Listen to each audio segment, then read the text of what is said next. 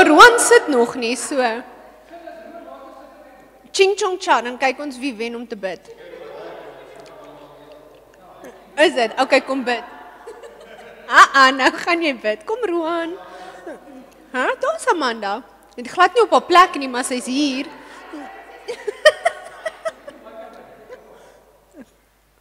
Quentin. Is okay, Quentin gaan nog steeds vinniger sit as Roan.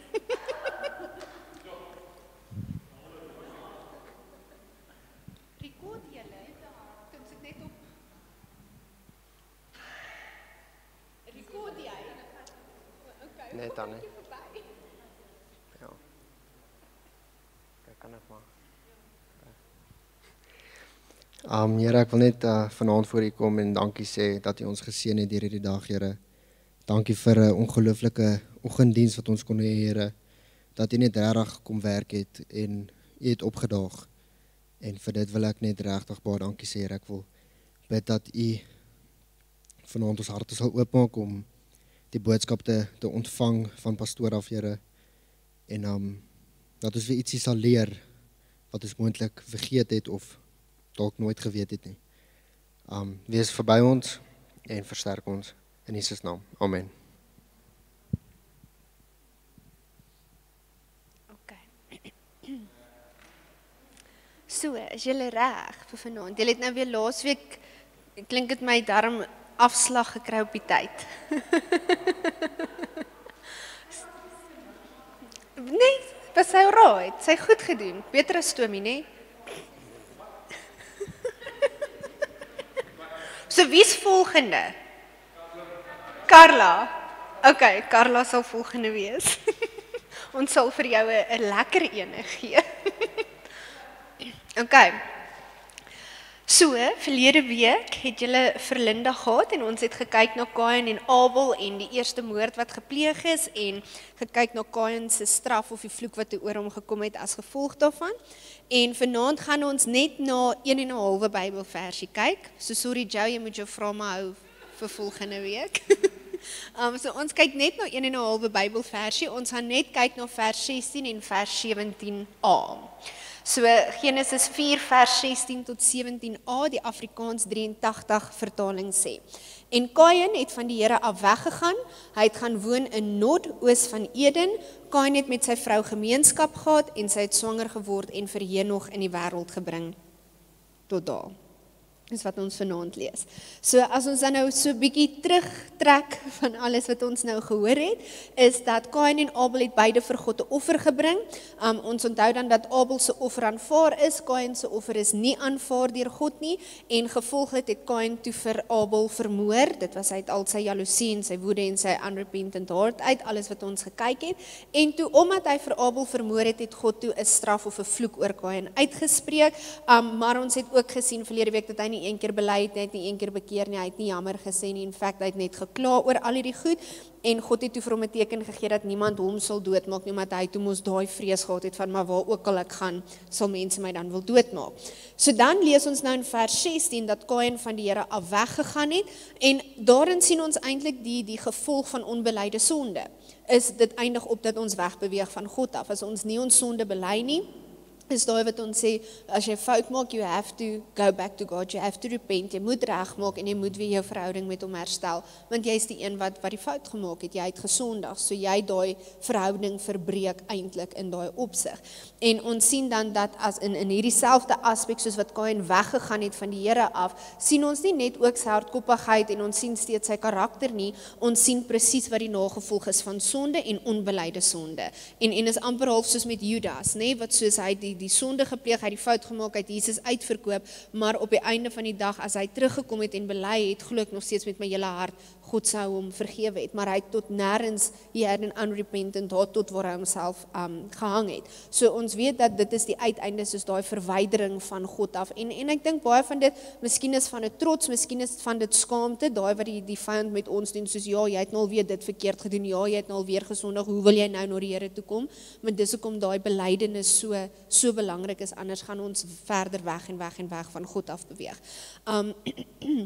So ons sien in 'n baie groot onderskeid wat ons moet tref, is God het gesê dat Kain sou rondswerf, hy het gesê dat hy sou rondbeweeg en hy sou gesaai het, maar hy sou nie die vrug kon kry nie, maar nêrens het God actually vir hom gesê, maar ek gaan nie meer myself in jou lewe manifesteer, ek net sê jy gaan rondswerf, en ons sien dat Kain die een is wat gekies het om van God af weg te beweeg. Dis nie God wat vir ons het, gaan weg uit my teenwoordigheid uit nie. Dit was Kain gewees wat gekies het om weg te gaan van God af. So dit wys vir ons daai, okay, ek is nou in hierdie space waar ek is hardkoppig, ek het hierdie rebellie, ek het hierdie die ingesteldheid wat nie belydenis doen nie, wat nie om vergifnis vra nie, en nou beweeg ek weg, en nou so daai tipies is soos, maar Here, waar is U?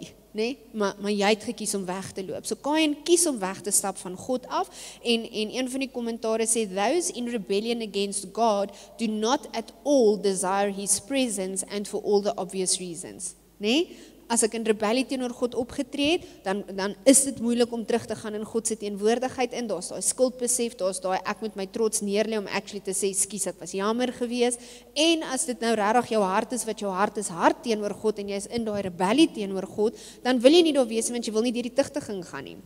Jy wil nie deur die reinigingsvuur gaan nie, jy wil nie deur daai proses gaan, van waar iemand vir jou sê was verkeerd nie. Net dink nou aan selfs aan toe jy kind was. Jy hou nie daarvan, soos jy wil nie, as jy iets verkeerd, wel ek sal nie heeltemal weet nie, maar Stomie sal dalk weet, soos as jy nou regtig iets verkeerd gedoen het, soos jy wil nie, jou ma moet uitvind daarvan nie. Sorry, ek het nie 'n ervaring in dit nie. Ek was maar 'n ou pliggie gewees, maar as jy nou regtig daai ding gedoen het, wat jy nie wil jou ma van wil uitvind nie, dan bly jy weg, want jy wil nie pak slaan nie, en jy wil nie face die consequences face nie. So dis presies dieselfde met iemand wat in rebellie teenoor God is. Dis hulle trek as prins weg van God af for so many obvious reasons. Maar vers 16 sê in die Amplified vertaling, en ek dink dit is waar die kern ook inkom. Cain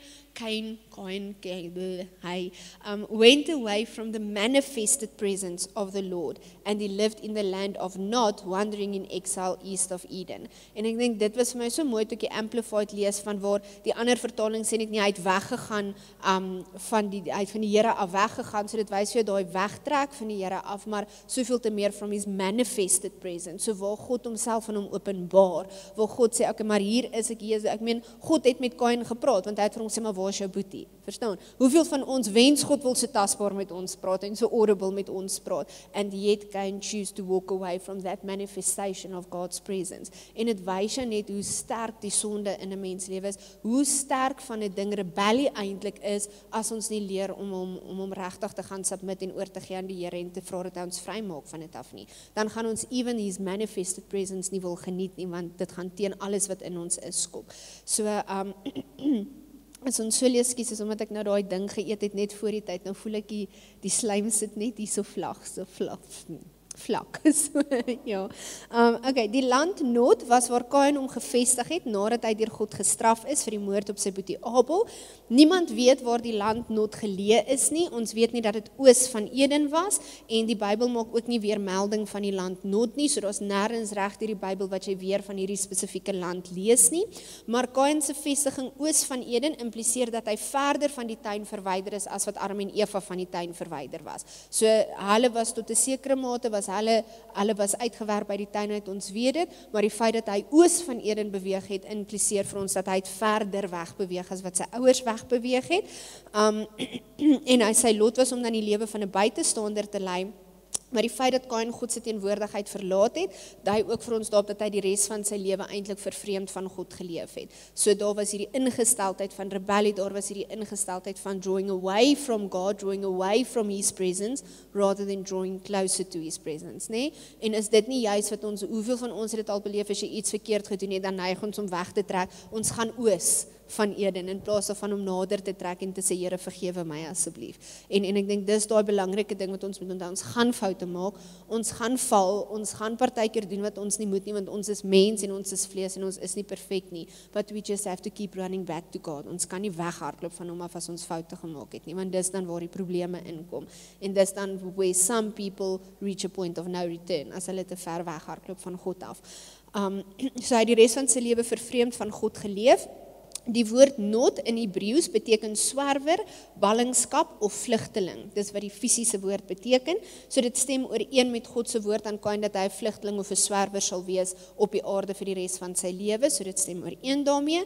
En ons kan dan ook sê dat die meerderheid van die mensdom ook soortgelyk rondswerf omdat hulle nie vir God ken nie en nie vrede het nie. Want as jy God nie ken nie, dan wil jy hom nie ken nie. Jy stel nie belang in hom nie. So jy sweef rond en jy sweef rond en jy sweef rond. Jy het geen doel op hierdie aarde nie. Jy raak vasgevang in die ratreis en jy raak vasgevang in die wêreld so goed until you come to him and you find your purpose in life and you find your peace and you find your meaning again in wie hy is en in wat hy vir jou gedoen het.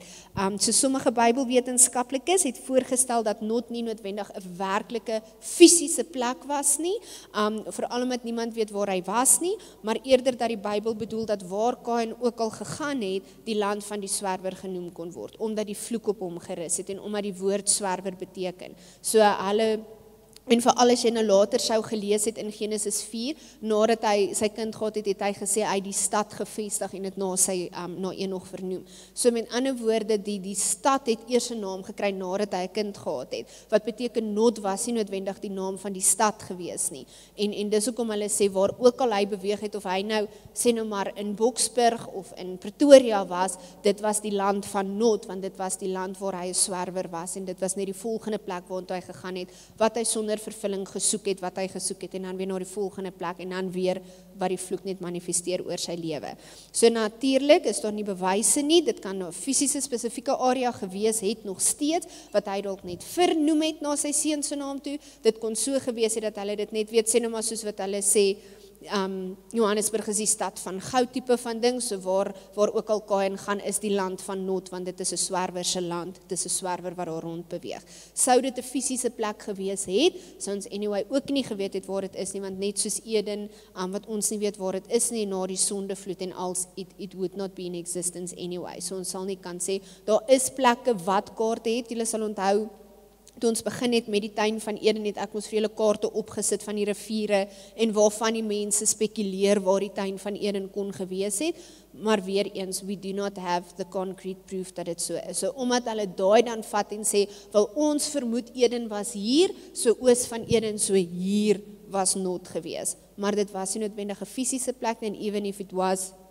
it doesn't exist anymore, as gevolg van alles waarby ons al stil gestaan het. So weer eens, alhoewel God Kain uit sy huis uit verdryf het, in die sin van die vloek oor sy lewe was, dat hy 'n swerwer sou wees, wat soek na plek en nie 'n plek vind nie, was dit Kain se keuse om buite die teenwoordigheid van God te beweeg, buite die gemanifesteerde teenwoordigheid van God te beweeg, en daar te gaan leef. So in wese was Kain se straf om 'n swerwer en 'n vlugteling te word, en om alle sense of belonging wat jy het, wanneer daar samesyn is, wanneer daar gemeenskap is, identifikasie met 'n gemeenskap, om te sê, maar ek is actually deel van 'n gemeenskap, ek is deel van 'n samelewing. He didn't have that, omdat hy 'n swerwer was, en omdat hy gekies het om uit God se teenwoordigheid uit te beweeg. Kain het dan in die land van Not gewoon, sonder enige wortels, en hy was in isolasie, so vir sy sonde is Kain 'n castaway gemaak, en hy het later 'n goddelose holpersoon in die land Not geword. Nadat hy homself van God af geskei het, het Kain 'n samelewing gebou wat totaal en al van God verwyderd was, en dit sal ons dan sien as ons dan nou verder lees weer volgende week, hoe dat Kain se nageslag ook in sy voetspore gevolg het, and they continued living far away from God. Dit het ek gesê, so hulle het 'n baie produktiewe samelewing geskep, maar dit was 'n goddelose beskawing, en hulle was geneig tot boosheid en verdorwenheid, en dan die beweging ooswaarts, julle sal onthou vanoggend wat ek gesê het, dat ek wou teruggereference het na iets toe, so dit was eintlik vir die aanddiens, wat die ooswaarts beweging, wat ek was, soos, maar daar was 'n oostewind, wat het so random in my kop opgekom het, en op 'n stadium toe dink ek vanmiddag, Venita, hoekom deel jy altyd al hierdie goed? En hoekom kan jy nie net preek nie? En helfte van die mense sou dalk nie eens geweet het, dit is 'n ou preek, as jy hom net met confidence begin preek het nie, want ons almal vergeet. Maar toe het ek regtig so gesit, en toe dink ek net, ek weet dit is nou niks eintlik met die diens te doen nie, maar ek dink vir my is dit sulke tipe van goed, vir my persoonlik, help ander mense om te sien hoe die Here met ons werk en met ons praat. Soos want baie mense sal sê, maar hoe hoor ek die Here se stem, of hoe weet ek hy praat met my? So as ek sê, maar ek was besig met dit en die gedagte het opgekom en die Here het met my gewerk, dan okay, so daar was dalk al 'n keer wat die Here ook so met my gewerk het, nee, maak dit sin wat ek sê, nee. So there is method to my madness elke nou en dan, hoekom ek overshare, nee. Maar ja, so dit was eintlik met hierdie gewees wat ek toe met die ooste wind, wat ek toe gedink het, oos, wat beteken oos? O ja, ons het 'n reeks gehad oor dit, kom ek gaan kyk, en dis hoekom ek sê, daar was nou eintlik niks regtig wat ek hierin kon gebruik het nie, maar wat die Here net was, soos, okay, maar jy moet weer daai preek gaan preek, wat ek nie sou nie, as dit nie vir hierdie was nie. So in elk geval, so dat die beweging ooswaarts, dui op 'n beweging in die rigting van goddeloosheid en ballingskap, spesifiek ook, omdat die tuin van Eden mos nou die perfekte plek was, dit was God se gemanifesteerde teenwoordigheid, dit was hierdie idilliese plek gewees, en hy het wegbeweeg van dit af. So dit wys vir ons dat dit trek nader, ek wil amper al sê nader aan die donker, nee, en weg van die lig af, want dit trek weg van die Here se teenwoordigheid af. So dan kom ons in vers 17 en ons skryf weer ons bekende woordjie wat ons nou al 'n paar keer ontdek het en by stil gestaan het, dis die woordjie yada. So daar waar ons gelees het dat Cain het gemeenskap gehad met sy vrou, in die Engels sê dit Cain knew his wife, en ons weet mos nou al new beteken dan nou dat hulle gemeenskap gehad het, daai intimiteit, and she conceived and she bore Enoch. So dit is nou waar dinge so bietjie begin interessant raak, want dan is die eerste vraag wat ons almal het, maar waar kom Cain se vrou vandaan? Want waar het sy vandaan gekom? So baie Christene is geleer of van mening dat Cain na Not toe gegaan het, en dat hy in Not 'n vrou gekry het, en dat hy met haar getrou het, en hulle het toe 'n seun gehad, maar dis juist dan, dit raak dan die vraag gekom, maar waar kom die mense in Not vandaan? En as Not nie 'n fisiese plek was nie, hoe was daar mense gewees? So die eerste fout wat ons maak, en baie van die Engelse vertalings, as jy hom vinnig lees, dan is dit asof hy daai konnotasie bring, want hulle lees, hy het na Not toe gegaan, en toe het hy sy vrou gekry en hulle het gemeenskap gehad, maar eintlik as jy hom gaan lees, het hy nie in Not sy vrou gekry nie, hy het al 'n vrou gehad nog voordat hy Not toe gegaan het, of voordat hy na daai area toe gegaan het. So dis die heel eerste ding, die implikasie in die skrif is dat Cain nie 'n vrou in Not ontmoet het nie, waar ook al Not dan nou was, hy het nie daar 'n vrou gekry nie, hy het die vrou gehad voordat hy soen toe gegaan het, al wat in Not gebeur het, is dat hy en sy vrou gemeenskap gehad het, en sy het swanger geword, en sy het 'n kind gehad. That's what happened in Not, maar sy kom nie van Not af nie, of Not nie, dis eintlik so vreemde, dit klink so snaaks om dit te sê, not. Do not do it. Nee, moet nie sien toe gaan nie, sorry. Okay, en dan nommer 2, selfs al sê ons dan, okay, maar hy het 'n vrou gehad voordat hy Not toe gegaan het, dan as Cain nie met iemand getrou het wat in die land Not gewoon het nie, waar het sy vrou vandaan gekom, wie was sy gewees? En die antwoord is baie eenvoudig. Ek dink die meerderheid van julle het in elk geval 'n gedagtetjie van waar sy vandaan gekom het, so we're just going to confirm your gedagtetjie 10-10-1 vanaand, maar ons gaan nou maar die proses volg om dit te bewys, né? So die eerste een, gaan ons terug na die begin toe, Genesis 2 vers 7, Afrikaans 83. Die Here God het toe die mens gevorm uit die stof van die aarde en lewensasem in sy neus geblaas, sodat die mens 'n lewende wese geword het. Genesis 2 vers 21 tot 22. Toe die Here God 'n diep slaap oor die mens laat kom, sodat hy vasgeslaap het. Die Here God neem toe 'n ribbebeen uit die mens, vul die plek met vleis op, en die ribbebeen wat hy uit die mens geneem het, bou hy om tot 'n vrou, en hy bring haar na die mens toe. Onthou julle dit? Genesis 1 vers 28, toe het God hulle geseën en vir hulle gesê, wees vrugbaar, word baie, bewoon die aarde en bewerk dit, heers oor die vis in die see, oor die voëls in die lug, oor al die diere van die aarde, ook oor die diere wat op die aarde kruip. So hoekom het ek nog Genesis 1 gelees? Onthou ons het gesê dat Genesis 2 was die detail gewees vir Genesis 1 wat gesê dat God geskep het. So ons sien God het die mens gevorm, uit die mens het hy die ribbebeen gevat, uit die vrou gevorm, uit die vrou na die man toe gebring, en toe hulle albei daar was, het hy gesê, okay, ek seën julle om vrugbaar te wees en te vermeerder tot op daai punt. Dan is ons 'n bietjie fast forward na Genesis 5 vers 5 toe, dan sê Genesis 5 vers 5 dat Adam 930 jaar oud was toe hy gesterf het, en die skrif is duidelik daaroor dat Adam en Eva heelwat kinders gehad het. Selfs al ken ons net 3 by die naam. Net 3 name is opgeteken, maar Adam en Eva het nie net 3 kinders gehad nie, want die skrif sê, hy het 930 gehad, en hy het baie ander kinders, ander seuns en dogters, sê die skrif eintlik. Ek het 'n vermoede, ek het dit ergens ingetik, maar ek kan nou nie onthou nie, so ek gaan dit nou hier sê, en as ek dit later sien waar ek dit getik het, dan gaan ek dit of weer sê, of ek sal sê, o, hier is dit, en dan sal julle weet. So nou die dag toe sê Stomie vir my, nee, maar was 930 jaar nie anders gewees as wat ons jare is nie.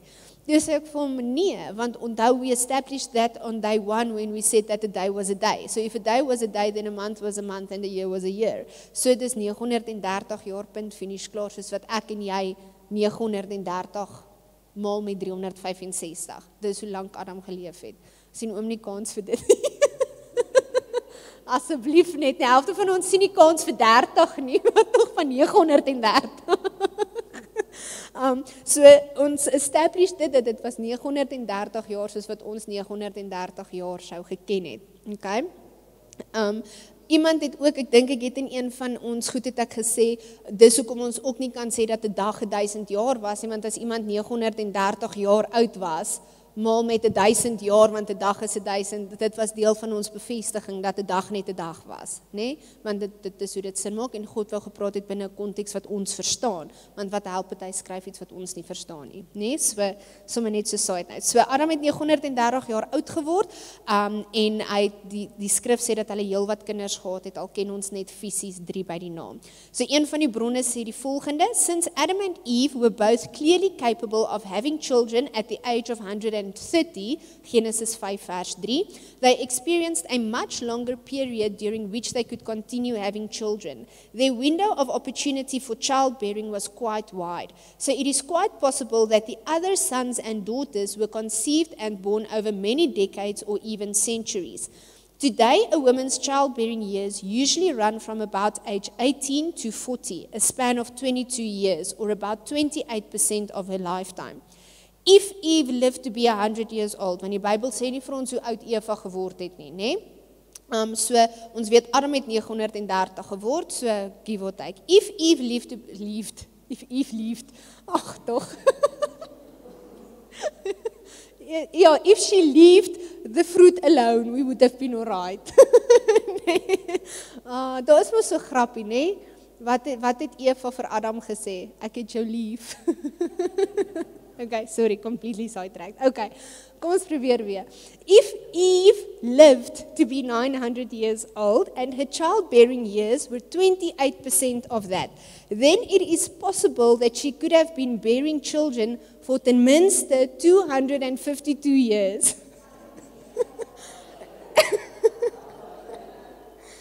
En al die vrouens is nee, dankie.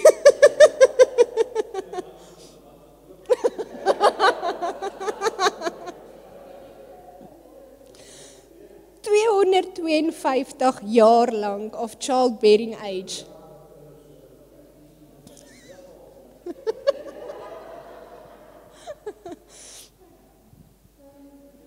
Is 'n lekker topik vanaand, né? 252 years. How many children could Eve had born in that time? Daar's party mense wat in 'n span van 'n jaar 2 kinders, nê? 1 Januarie en dan kom die volgende een al hier by Oktober.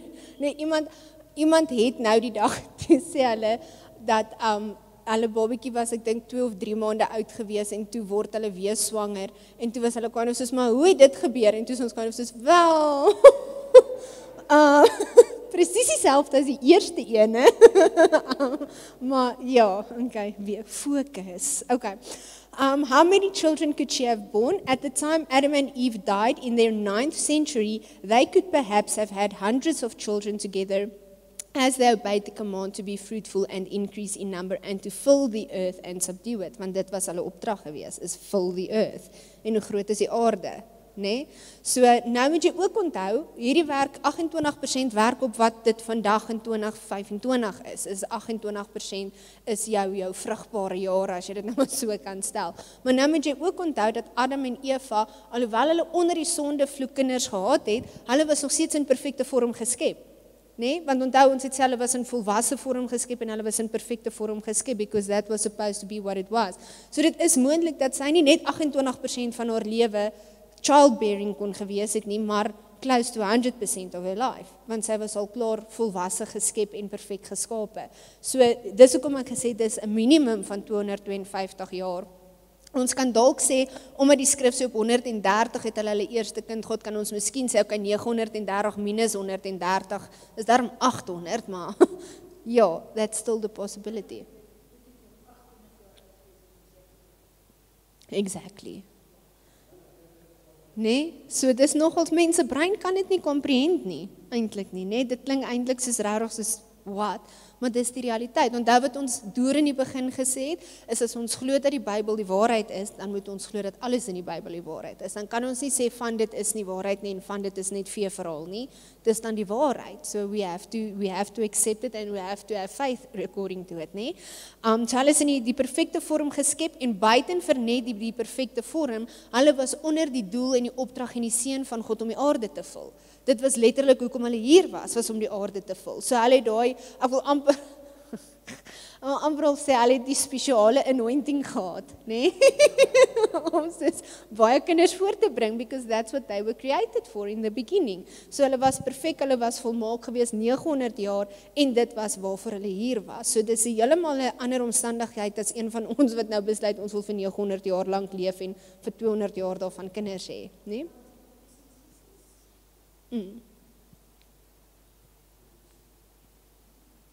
Yep. Dis hoekom ek sê, dis 'n interessante topik vanaand. Is lekker. Okay. So, waar is ons nou? Dis nie te sê dat Eva in haar perfekte toestand net 28% van haar lewe lank vrugbaar was nie. Dis moontlik meer.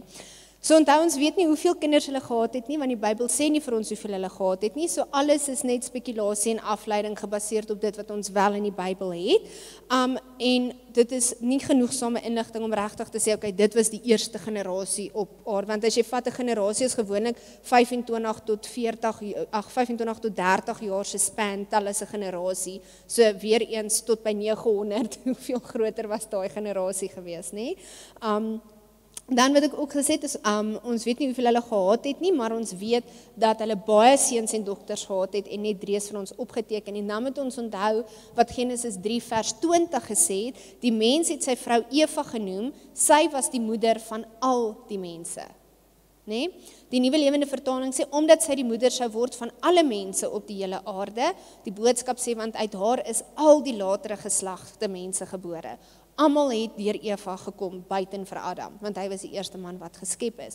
Ek dink nou baie, en dan was langs toe Sion gebore is, toe die verpleegster vir my gesê, nee, maar julle moet nou nog meer babies het, soos kan ek net soos eers recover van die eerste, en soos, nee, maar hoe meer jy het, hoe makliker raak dit, om hulle uit te druk. So dit was seker daarom teen baba 250, net soos, jy gaan ons alweer.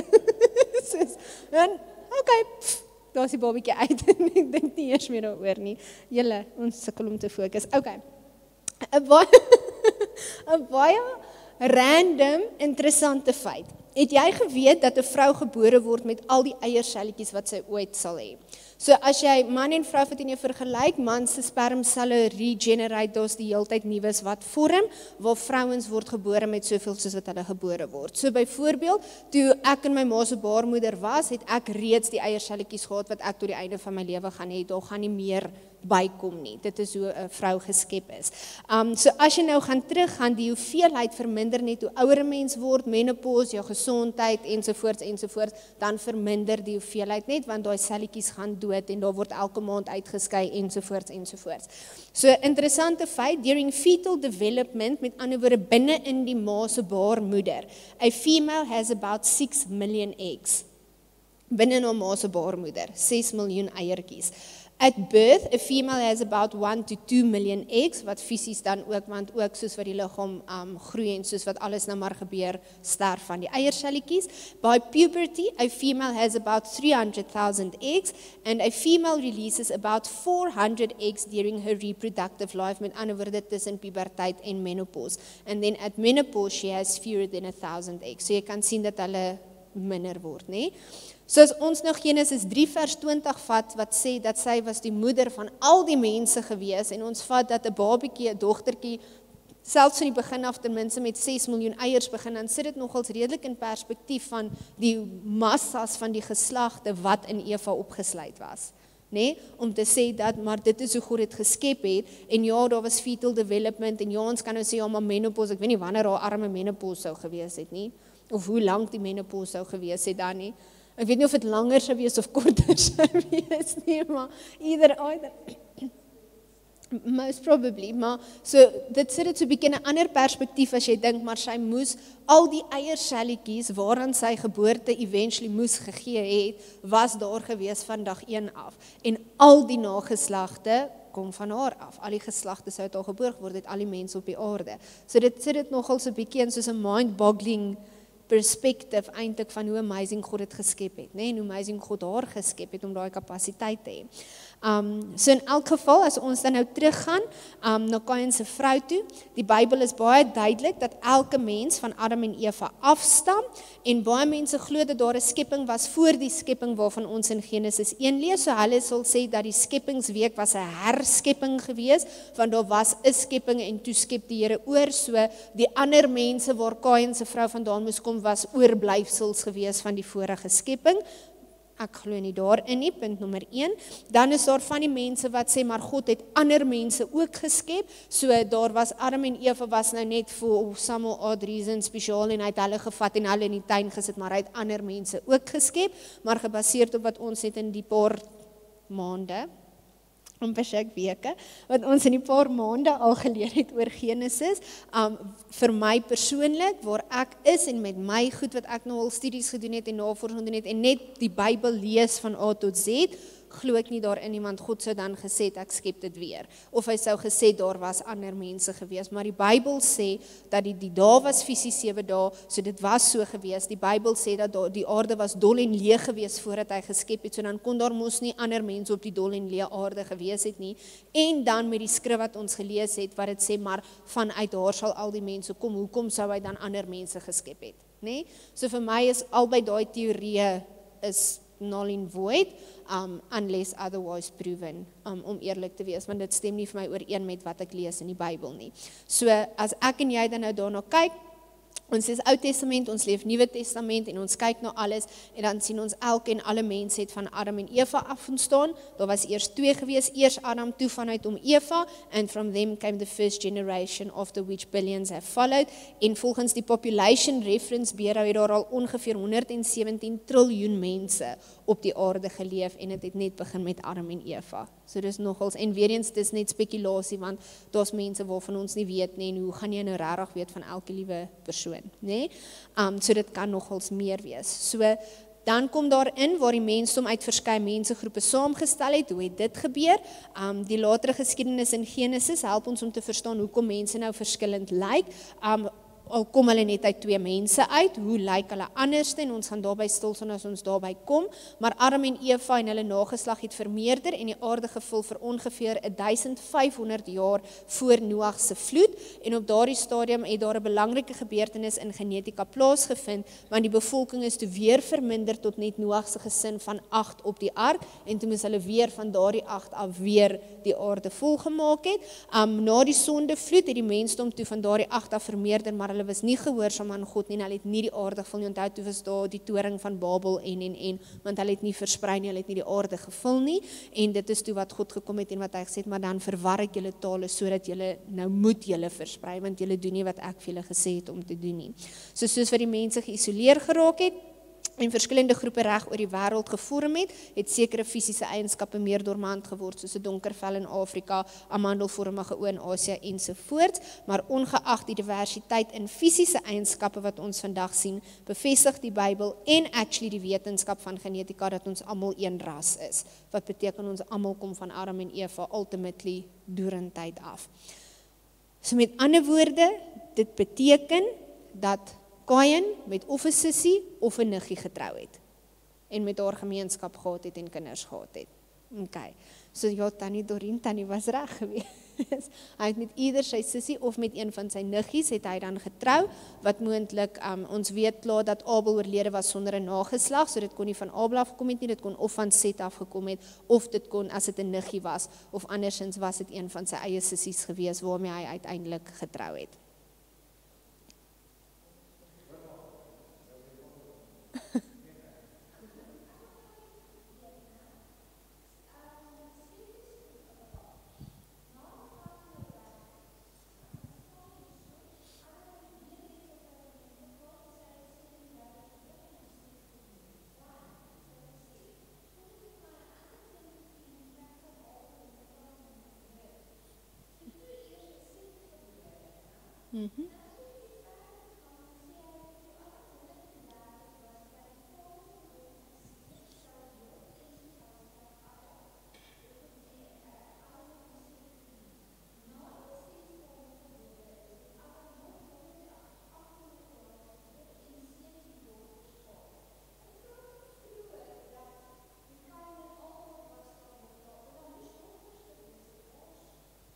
Daar kon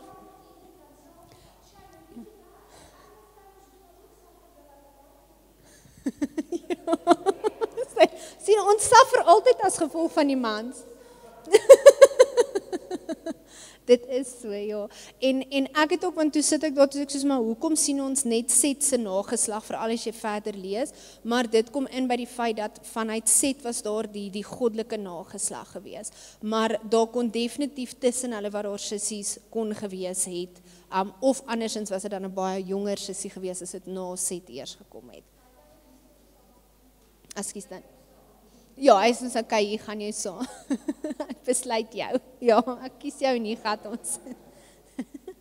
Ja.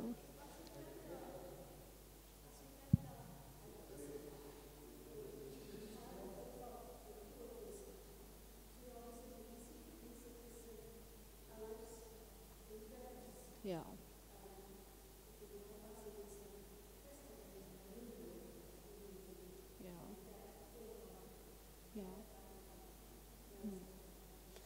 En ek het nogal stuk het lees, toe dink ek, nêrens teken die Bybel vir ons op, soos hoe Adam en Eva gevoel het daaroor nie.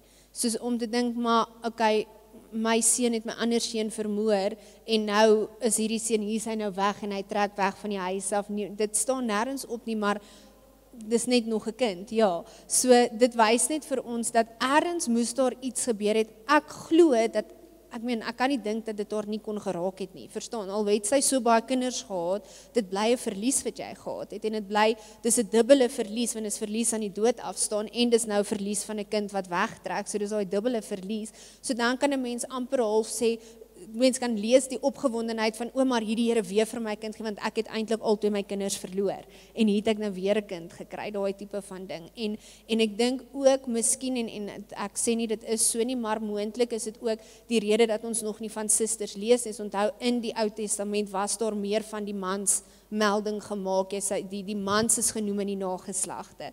So net omdat daai 3 mans eerste genoem is, beteken nie noodwendig dat hulle die heel eerste, dit was, Kain en Abel was die heel eerstes, maar is nie te sê, daar was nog sisters tussenin, wat daar net nie opgeteken is nie, omdat dit die Ou Testamentiese milieu was, waarin die mans meer neergeskryf is nie, nee, dit maak sin wat ek sê. Kyk, kan ek aangaan? Is julle nog nie klaar geskok nie? Is julle nog okay? Dus kom ek gesê, 10-1 vermoed ons almal dit, ons het dit net nog nooit hardop gesê nie, nee, want waar moes hy vandaan gekom het? Okay? Waar was ek nou? Okay. So die onmiddellike reaksie op Kain wat met sy suster of sy niggie trou, is dikwels skok of walging, want ons dink, maar dit moet nie so wees nie. En vandag word dit bloedskande genoem om so met 'n noue verhouding te trou, en dit bring ons dan by 'n volgende vraag, dat duisende jare gelede het God nie huwelik tussen naasbestaandes verbied nie, hoekom nie? Want hy was nie teen dit gewees nie, hy het nie uitgespreek nie dit nie, dit was nie die sonde gewees nie, die offer wat verkeerd gebring was die sonde. So, hoekom was dit okay gewees vir Kain, en later as ons nou kom by Noag, want presies dieselfde, daar was net 8 mense gewees, en as ons glo dat die woord is, wat sê dat almal uitgewis is, beteken dit daar was weer net 8, wat beteken dit moes weer dieselfde geval gewees het, selfs as ons kyk na Abraham en Sarai, wat sê dat hulle halfsusters, dat Sarai of sy halfsuster was, so dan vra dit vir ons die vraag, okay, hoekom is dit okay vir hulle, maar dit is nie okay vir ons nie? Hoekom is dit walglik? Hoekom is dit verkeerd? Hoekom was dit eens okay? And why did God change his mind? As mense nou amper half daai woorde wil gebruik. So die eerste een is Adam en Eva was die eerste man en vrou, en die Bybel sê dat alle mense van hulle afkomstig is, wat beteken dat aan die begin was boeties en sissies en uiteindelik niggies en neefies ensovoorts, hoe die mensdom fisies vermeerder het. Daar was nie 'n ander manier om fisies te vermeerder nie. Hulle moes die aarde gevul het. So net soos wat God die vis en die voëls geskep het en gesê het, okay, gaan en maak vol, presies dieselfde met die mens. Hulle moes vermeerder het, hulle moes die aarde gevul het. So dit was die fisiese manier hoe dit gebeur het. So daar was 'n tydperk gewees waarin bloedskande, soos wat ons dit ken, aanvaarbaar was en die enigste manier was om die wil van God uit te leef. Want hoe anders sou hulle vermeerder het as hulle dit nie gedoen het nie. Okay? Maar ons moet onthou dit was onder daai opdrag en dit was onder daai milieu en daai konteks gewees van hulle moes die aarde gaan vul het. Okay? Nommer 2, soos wat ons vroeër gesê het, Adam en Eva is volmaak geskape. So dit was eers na die sondeval dat lyding en dood die mensdom en elke ander aspek van 'n of elke ander lewende wese geraak het. So een aspek van hierdie lyding sou mutasies in die DNA gewees het, want die mens se liggaam raak swakker en alles gaan agteruit as gevolg van die sondevloed. So dit sou dan siektes en gebreke en goed tot gevolg gehad het. Aangesien Adam en Eva geneties perfek geskep is, want hulle was, ons het dit mos al reeds established, sou hulle kinders baie min mutasies gehad het, want daar was nie enigiets in hulle wat kon muteer nie, because they were created in the perfect state. So, waar is ek nou, mutasies in die daaropvolgende generasies, sou saam met die agteruitgang van die samelewing aanhou ophoop en dit sou aanhou toeneem en dit sou al erger en erger geword het en uiteindelik het dit dan te gevaarlik geword om naby 'n familie te trou, want dan is daar die verhoogde waarskynlikheid van siektes, gebreke ensovoorts ensovoorts. Vandag is die risiko van genetiese skade baie hoog onder familie of naasbestaandes wat onder trou, maar aan die begin sou dit nie gewees het nie, daar sou nie hierdie genetiese defekte gewees het nie, so hulle kon onder mekaar kon dit gebeur het, want hulle was nie waar ons meer as 2000 jaar na Christus, maar dit was wat 4, 5, 6000 jaar voor Christus. It was not the same composition of DNA gewees. Adam en Eva was perfek geskape met 'n perfekte genepool en die Bybel sê dat toe God alles geskep het, was dit baie goed insluitend Adam en Eva. So hulle was baie goed geskep, hulle was sonder defek geskep gewees. En die volmaakte wêreld het eers begin ontaard met die intrede van sonde. So Kain en Abel sou min indien enige onvolmaakte gene gehad het, want hulle was die eerste babatjies wat gebore was uit hierdie genepool uit, en enige gebreke wat dan uit die huwelik binne gesinne sou voorkom, sou eers latere gesagte verskyn het, en dit sou dan deur die jare heen vermeerder het. So dit was nie 'n genetiese issue gewees, deur aan die begin nie, daar was nie daai probleem nie. Maar later, gedurende die tyd van Moses, omtrent 2500 jaar na die skepping, het God self huwelike tussen naasbestaandes, het hy dit toe verbied, en dis in Levitikus 18 wat julle dit kan gaan lees. So met ander woorde, God het op 'n punt gekom waar hy gesien het, I created it this way, maar ergens moet ek 'n lyn trek nou, want die genetika en die morele waardes en het alles nou al hoe meer agteruit gegaan.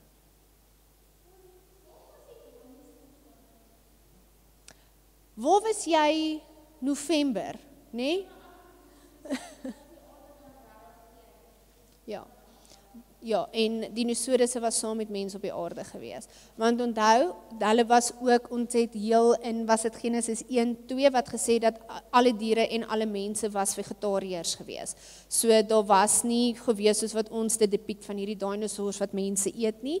En ons het ook gesê dat die meerderheid van dinosourusse was so groot soos 'n koei, nie die huges soos wat ons ken nie. As jy gaan kyk van die opgrawings, dis die uitskieters soos die T-Rex en die Brachiosaurus wat die groot is, maar die res was eintlik klein gewees. So dit was normale diere wat op aarde geleef het, wat ook net uitgewis is deur soos met die renosters wat uiteindelik uitgewis word en die sondevloed ensovoorts. But so they lived with people on earth. Joe? Well, okay, selfbeheersing. Ja, so dinosaurus het saam met mense geleef. Okay, waar is ek nou? Okay, so 2500 jaar na die skepping het God gekom en hy die wet ingestel dat families nie meer kan ondertrou nie, dat families nie meer seksuele verhoudinge met mekaar kan hê nie, en een van die redes soos wat ons net sien het is dan gesondheid, en die bron wat ek gekry het sê alhoewel die Israeliete niks van DNA geweet het nie, het God iets van DNA geweet, so he knew what was busy happening, hoe meer dit gebeur het en hoe meer hy dit toegelaat het. So aangesien baie siektes net voorkom wanneer 'n kind 2 kopieë van dieselfde mutasie het, so een van die ma en een van die pa af, sou huwelike tussen nabye familielede dan skadelik gewees het vir die Israeliete as hulle dit, want dit sou dan al hoe meer vermeerder het. Eintlik was almal familie, maar almal kom van Adam en Eva af, ja, maar hoe meer die genepool uit mekaar uitgegaan het en hoe meer hulle in verskillende areas beweeg het hulle genepool ook soos jou gelaat trek en al daai goed aangepas. So dit het al hoe erger geword.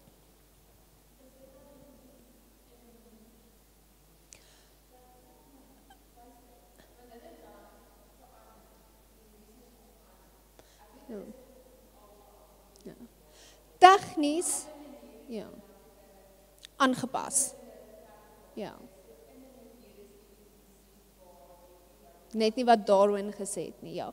Want evolusie, die woord evolusie beteken verandering. So even al verander ek my haarkleur van hierdie kleur na daai kleur toe, het evolusie plaasgevind, want die woord beteken verandering. Dis al wat die woord beteken.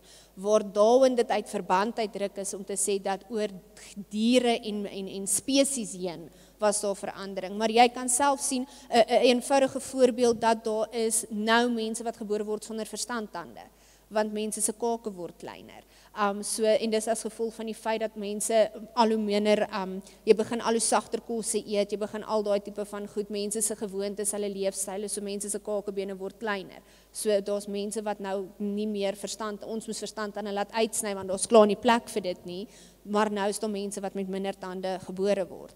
So to a certain extent, binne die regte konteks en binne die regte begrip, is daar evolusie wat plaasvind, maar dis nie wat Darwin sê dit is nie.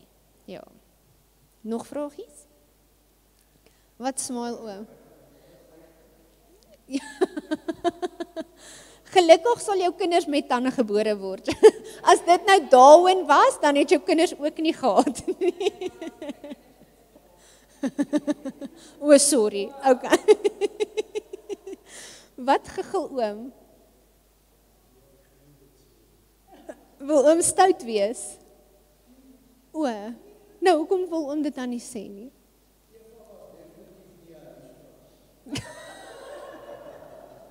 Hoekom sê oom so?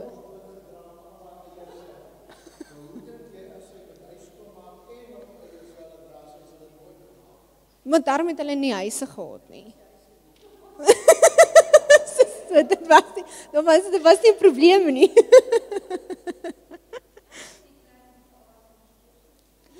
Ek sê blyk het hulle nie geborsvoed nie. Daar was nie formulemelk nie.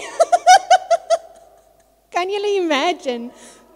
250 kinders geborsvoed. Oh my word. Dankie tog. Nee. Ek weet nie.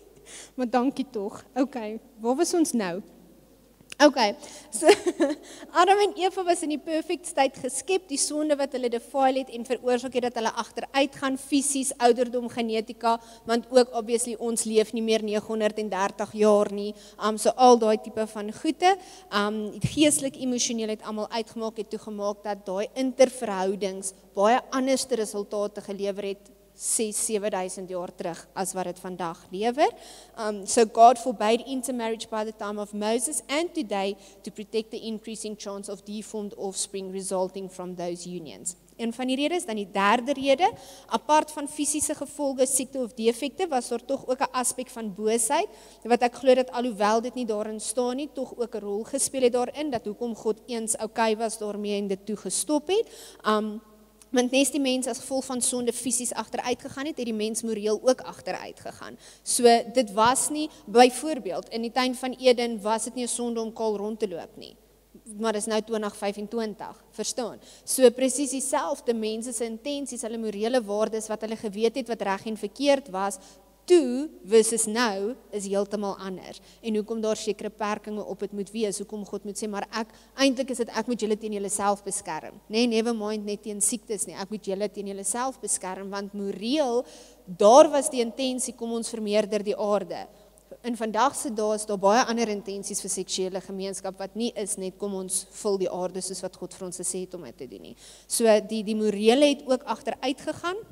Alles en almal wat voor Moses geleef het, wat voor die Levitiese wet geleef het, was tot 'n sekere mate beter af, as ons dit nou maar so wil stel, ten opsigte van geestelike, emosionele en fisiese gevolge van interverhoudings as die mense na die wette, as gevolg van hierdie agteruitgang. En een van die kommentare sê, by the time we got to Moses, the moral compass and intentions was even worse off than in the garden. In die tuin was dit net soos, maar ek wil hierdie kennis hê, maar toe na die tyd het dit baie beroerd geraak en daar het las het op die prentjie gekom en alles het net heeltemal verkeerd geraak en lelik geraak en verwronge geraak binne wat God bedoel het vir dit om te wees. So die feit dat daar met die verloop van tyd al hoe meer en meer intense veranderinge in morele waardes en reinheid ingekom het, moes apart van DNA 'n groot rede vir God se beweegrede gewees het, waarom hy hierdie interverhoudings en hierdie huwelikheid eintlik verbied het, gewees het omdat daar die morele agteruitgang was. Net voor Noag en die vloed het die gevalle engele byvoorbeeld afgekom aarde toe en hulle het met die mense se dogters gemeenskap gehad. Dit is wat ons in Genesis 6 vers 4 lees. So 'n gevalle engel is 'n tegniese demoon en hulle het gekom en hulle het met die mense het hulle seksuele gemeenskap gehad. So verstaan wat God sê, your moral values isn't what it was a few thousand years ago. So ergens moes daar 'n stop gekom het want die boosheid en die walglikheid van die wêreld was net op 'n punt gewees van if we just allow this to continue as is, waar gaan dit opeindig, né? So God moes dit gestop het. Die toestand, waardes, intensies rondom huwelik en gemeenskap was totaal en al anders as wat dit was met Adam se kinders, Abraham, hulle ensovoorts aan die begin en God moes op een of ander manier boosheid en die sondige natuur en die totale gebroke morele standaarde moes hy inperk. Die vierde rede, daar sekere koppelings wat geestelik gemaak kan word, soos die verdeling van die volke en die feit dat God uiteindelik 'n uitverkore volk benodig het of wou gehad het. Nee, ek sien net julle almal kyk en dis ek hoop net nie dis 'n mot nie. Daar was klaar vanmiddag 'n mot by die huis gewees. So toe ek net soos okay, ek gaan net seker maak ek is okay. Waar was ek nou? So op die einde van die dag moet ons besef dat God wou 'n geslagslyn vir Jesus gehad het, né? Want hy het vir Eva gesê daar sal 'n saad kom wat die vyand gaan vermorsel. En ergens moes daar ook 'n geslagslyn gevorm geword het, so daar moes 'n skeiding gekom het, daar moes 'n beperking gekom het, want anders kon hy nie die set apart nation gehad het as dit net voortgegaan het soos wat dit voortgegaan het nie. So ergens moes hy dit ingebring het wat vir hom kon gelei het tot op die punt waar hy Jesus kon bring, want van Genesis 3 af en eintlik tegnies voor dit af al, het God geweet Jesus moet aarde toe kom en Jesus gaan moet gebore word en daar gaan 'n spesifieke lyn moet wees waardeur Jesus kom. So as ek daai lyn wil in werking bring, dan gaan ek sekere wette in plek moet bring wat sekere goed gaan verhoed, want argumente onthou Jesus kan nie met die effekte gebore word nie. Even net vir 'n praktiese rede, never mind die feit dat hy die seun van God is, he had to be a perfect lamb without blemish or defect, né? Because that's what the lamb had to be, that had to be offered. So fisies kon God nie toegelaat het dat hierdie interverhouding seksuele gemeenskap voortduur nie, want dan het dit die risiko geloop van eendag dat sou almal net aangaan en deformed en mutasies en dat Jesus deformed sou gewees het of mutasies gehad het and he couldn't have that. So ek glo tot 'n sekere mate is dit deel van wat dit gedryf het dat hoekom dit okay was en toe nie okay was nie, want God moes daai lyn gevestig het. Okay, dan, daai een was soos, het julle dit gesien? Hy het soos op my afgevlieg. Oh my word, dis 'n bietjie intens. Okay, dan. Okay. You had to ensure that everything would happen in such a way to ensure that it would have the necessary outcome met betrekking tot Jesus. En dan die 5de een wat nou nie regtig diep of regtig noodwendig Bybels of suits is nie, is die verbod teen interverhoudings het die struktuur van die familie-eenheid beskerm. So fisies, geestelik en emosioneel het families gevorm en daai gebondenheid en daai gemeenskap van familie het gevorm en dit moes beskerm gehou omdat God 'n God van familie en eenheid en gesin is. Enige vragies? Is dit al 'n bietjie minder grous? Nog nie heeltemal nie, nê? Ek dink dis deel van daai soos wat ons sê God se wees bo ons wee, nê? En uiteindelik hoe sou dit anders gebeur het, nê? If that's not how it happened, how would it have happened? So, dan sluit ek af. Okay. Ek gaan hierdie deel net vir julle lees in Engels, net so. Ek het self ook toe ek die ding lees en ek is soos jene, dis 'n vers en 'n half, is dit regtig nodig om so baie detail oor Kain se vrou en oor interrelationships en te praat, so kan soos is dit nou net, weet, het ek dit nou maar net, en toe kom ek op hierdie stukkie af op een van die artikels, en toe is ek soos, okay, dis hoekom dit nodig is om te weet wie Kain se vrou is, so ek gaan hom net so vir julle lees om mee af te sluit. How does the answer to the question, met ander woorde wie Kain se vrou was, affect the gospel? I've often heard Christians say that it doesn't matter whether Genesis presents true history, such as the marriage of Cain. Creation is a side issue, it's not a primary doctrine, and the most important thing is to trust in Jesus. While I agree wholeheartedly that the gospel is our central message, people must depend on the Bible to know what the gospel is. If the Bible that relates the gospel is not accurate and truthful in Genesis, then how do we know it is telling the truth about Jesus Christ? In addition, the history of Adam's race in Genesis is foundational to understanding how the gospel applies to all people. Because all people are descendants of Adam and Eve, all people are sinners. Christ died and rose again to redeem Adam's race. If Cain married someone other than a descendant of Adam and Eve, that would contradict the clear teaching of Scripture, not only in Genesis, but also as it relates to the gospel. If there are other races, then how can the gospel be for all people? It cannot. The gospel depends in part on the accurate biblical answer to where Cain got his wife. So it's not just a side issue, it is a part of the main issue. The history in Genesis, including the identity of Cain's wife, is crucial to understanding that we are all sinners and in need of the forgiveness and salvation offered through Jesus Christ. Nee? So ja, ons weet nie wie sy was, fisies wat haar naam was of enigiets soos dit nie. Ons weet nie dat sy een van sy sissies was of dalk een van sy niggies was, maar dis juis wat bevestig dat dit bevestig ons verlorenheid en gebrokenheid, dat ons almal is sondaars deur een mens, en nie net omdat hy gesondig het nie, maar omdat ons fisies van hom afkomstig is, maar aan die ander kant ook dan, dis juis wat beteken dat daar vir ons verlossing is, want dit is die geslag, of dis die race, wat is die Afrikaanse woord vir race, dis die race wat God gekom het om te redeem, was Adam's race. Through Adam's sin entered and through Christ he redeemed it. So as ons nie deel van Adam se nageslag is nie, we are not included in the gospel message, want dit is sy nageslag wat gered is, nee? Enige vragies? Het julle 'n paar goed geleer? Was dit paar goed wat ons nie wou leer nie? Was dit vir julle interessant? Nee? Ons leer daarom so stukkie, nee, soos wat ons deur dit werk. Okay. Vragies daar aan julle kant? Anay, vragies by jou? Mishka? Is julle reg? Okay. So asseblief, vanaand is nie toestemming om met jou boetie of jou sussie of jou niggie of jou neefie iets te gaan doen wat jy nie moet doen nie. Okay. Jy leef in 2025, nie 4000 voor Christus nie, so asseblief. En as enigiemand jou vra hoekom, waarom, dan het jy daarom nou die antwoorde van hoekom en waarom, nee. Okay, kom ons sluit die oë. My koning, ek wil weer eens soos vanoggend vir u dankie sê dat ons nie u weer verstaan nie.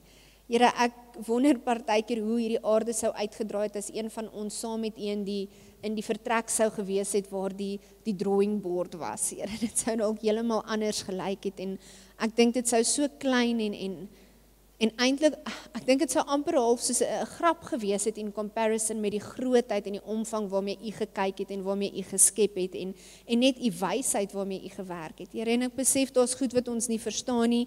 Ek besef dat selfs ons sê ons ja, maar Kain het met sy sussie getrou of Kain het met sy niggie getrou en dit klink so straightforward op papier. Dit is nog steeds groot vir ons brein om te comprehend, Here. En ek wil regtig bid dat, Here, soos wat ons deur seemingly insignificant details in die Bybel gaan, wat ons in hierdie journey doen, Here, dat ons op die einde van die dag, soos hierdie laaste ou se goed, sal besef hoe dit in die groter prentjie inpas, sal besef hoe dat elke liewe ding, wat in daai Bybel vir ons opgeteken is, uiteindelik bydra tot die evangelie wat vir ons redding beteken en vir ons verhouding met u beteken, Here, want u sou nie enige een van daai goed laat opteken net sonder 'n doel nie. So dankie Here net vir die geleentheid om te leer. Here, ek wil bid dat u verder met ons sal werk, dat u verder net 'n honger en 'n begeerte in ons sal sit om meer te leer. En Here, dat ons regtig self sê dat u met ons persoonlik sal werk en vir ons revelation sal gee en Here vir ons goed sal kom deel en sal kom share wat ons dalk nog nooit raak gelees het of raak gesien het of dalk eenvoudig net hardop gesê het nie, and that we would have an added measure of faith om te glo wat dit is wat in die Bybel staan. Here, selfs al maak dit nie sin nie, selfs al klink dit al grou, selfs al is daar mense wat sê man dit is belaglik of wat die saak ook al mag wees, Here, dat ons regtig die woord sal gebruik as ons fondasie en die ding wat vir ons die kern is van ons verhouding met U, Here. So dankie daarvoor, dankie vir die liefde, dankie vir die genade, dankie vir vandag en vir die dienste en net vir u getrouheid, Here, en dankie dat ek ook net hierdie week wat voorlê vir elkeen van ons by u voete kan neerlê en regtig kan bid en vra dat u vir ons bonatuurlik sal gee, soos wat ek vanoggend sê, dat ons tyd sal maak by u, Here. Dat selfs al wil ons nie of selfs al sukkel ons, Here, dat u van u kant af dit vir ons moontlik sal maak, soos wat net u kan, Here, en dat ons committed sal wees om dit te doen. So dankie vir daardie voorreg, Here, ons loof en ons prys u daarvoor. Dankie vir die reën, dankie vir u sorg, dankie vir die voorsiening, dankie vir die liefde. In Jesus naam, amen. OK, geniet die week, die reismure gaan vir ons oorvat. Maar geniet julle week, ons sien vir julle, wanneer ons julle sien. Van julle het my nou al 3 keer vandag gehoor, sê, ons sien julle wanneer ons julle sien.